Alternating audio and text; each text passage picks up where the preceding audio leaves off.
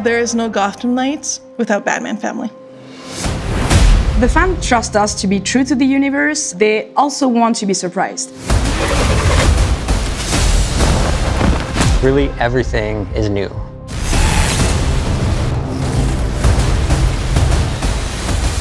Batman family means different things to different people. We have chosen to explore the theme of found family within the context of Batman family. There's been a big fracture in the Batman family. They're at odds at each other, they're fighting, they're not a cohesive group. They've never had the chance to work together because they've all been working fairly independent with the exception of Robin. As you progress through the entire game, you're gonna see this gradually change. Move. I'm gonna solve this case my way.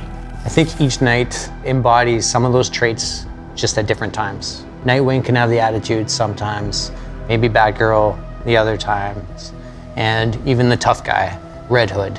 You know, he can be the more passionate one at times. But the one thing they all share is that drive to become the next knight. They don't start in perfect harmony, they don't start with perfect balance because they're dealing with a lot of trauma and a big loss. Stop it! You wanted us to work this together. But throughout the game, they come together, and that's for a very simple reason. They've chosen to care for each other, and they've chosen each other as a family. Now you're talking. We have character arcs for each of our knights with key cinematics that unlock from start to end of the game. Through these arcs, we explore different things with each of our knights. One thing we delve into is how trauma can affect memory, how grief can linger, and isn't just resolved in a single moment, or even might not be about just a single loss. When the fans found out that Batman was dead in our game, some of them were expecting to see him. Most of the fans saw the opportunity to experience the universe their own way with new heroes, new dynamics, and as a family. We've known the Knights as superheroes with their masks, but what was it like to kind of see them behind the mask as humans? When we look at the way each knight was designed, we took a cue from our comic book roots. You know, we did some pretty classic shape language design. For example, Red Hood, blocky, square, tank-like. Batgirl is more symmetrical and balanced. Robin, lower, lighter, stealthy. And Nightwing, agile, angular, sharp. By having that kind of shape language, it not only helps us develop the way the characters look, but it also goes on to support how the characters move in animation. The team put a lot of effort in making every character really special, with emotional ways to react to situations. Every character has its own path. We worked with Wilson and the cinematics team to make sure that we could showcase their progression, not just in the things they say, but also in what they do. We wanted to create a custom experience for the player and for the viewer to kind of see that they're going to structurally have the same scene, but they're going to see that scene with their own flavor depending on who they play.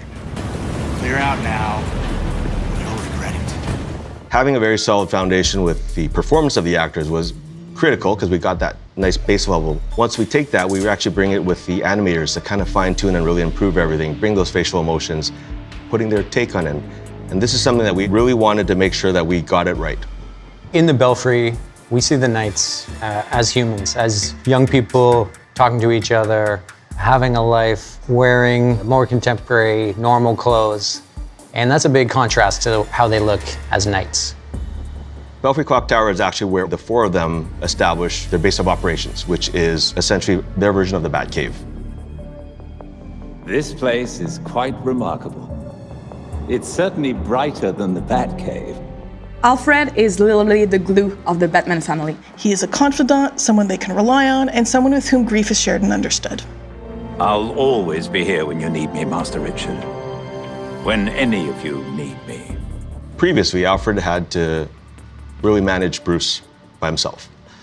Now fast forward to Gotham Knights, now he has 4 versions of Bruce that he has to manage. He is steady and endlessly reliable, but he also will not put up with anyone's nonsense.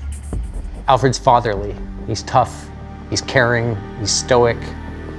We took a pretty old school approach, iterating on sketches and sculpts until we found something that really resonated with us emotionally.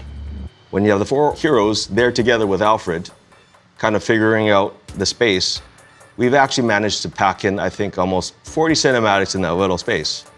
but each tell a very different story and a very different perspective of how they live together as a group. Every time Bruce came home, I patched him up. Just as I now do for you. It was important that our players would be able to relate to these characters on a very basic human level, and that's what we wanted to showcase with our Belfry moments. Not just in the cinematics that happen there, but also in the environment and the ambient conversations, even in the props you find through the Belfry. There has been so much love put by our entire team in this game, so much effort and dedication. I really hope it shines through and it provides an amazing experience. I really hope fans and players appreciate the variety of looks they can have for their knight. I hope they find one that resonates with them and it kind of becomes their favorite.